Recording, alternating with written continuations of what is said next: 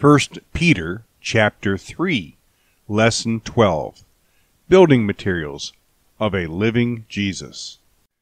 Going all the way back to 1 Peter lessons 5, 6, and 7, and 1 Peter chapter 2, verse 5, which says, "You also, as living building stones, are being built into a spiritual house, a holy priesthood, to offer up spiritual sacrifices, acceptable to God by Jesus Christ."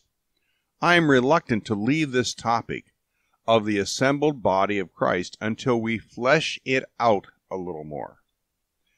Looking again at Ephesians 5, I will begin with verse 28, which says, "So ought husbands to love their own wives as their own bodies.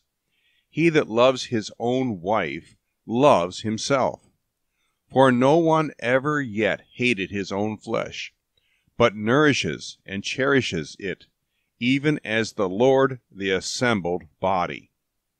For we are his body parts, out of our flesh his body, out of our bones his body.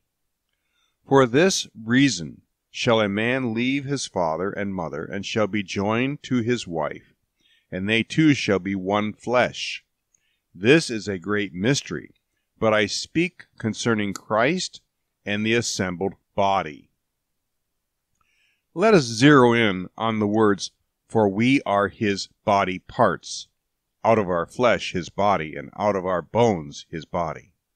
I know that some will object to body parts, but the Greek word mali from alos is defined in the Greek dictionary lexicon as, quote, "a member of a body, a limb, a part of the body," to put it delicately.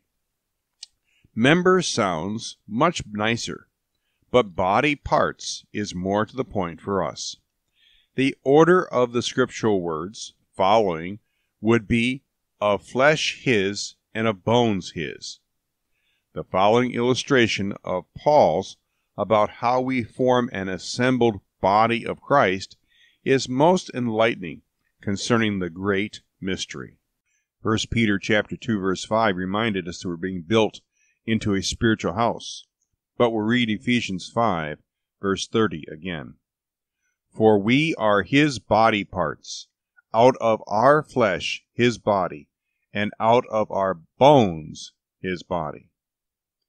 In the illustration, or picture, we have represented a spiritual Christ, Christ's indwelling spirit.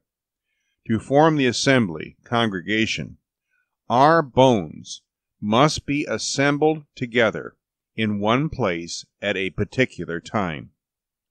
Without our backbones, so to speak, there is no assembly. If no one assembles, then there is no assembly. This is why the concept of an invisible church or assembly is an oxymoron.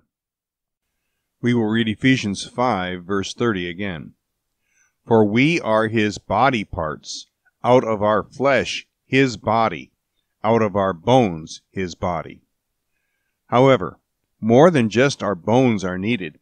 When we are assembled together with Jesus in us, our bones and our skin become a body of Jesus, in and through which he can live and do the work he left unfinished. The ministry of reconciliation, found in Colossians chapter 1, verse 24 through 25, and 2 Corinthians 5:19.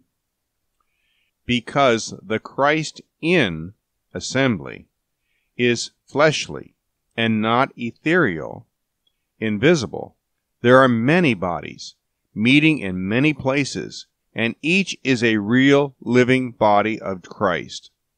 To do the work of the above verses, the local body of Christ is actually spiritual, with a living spirit in its members.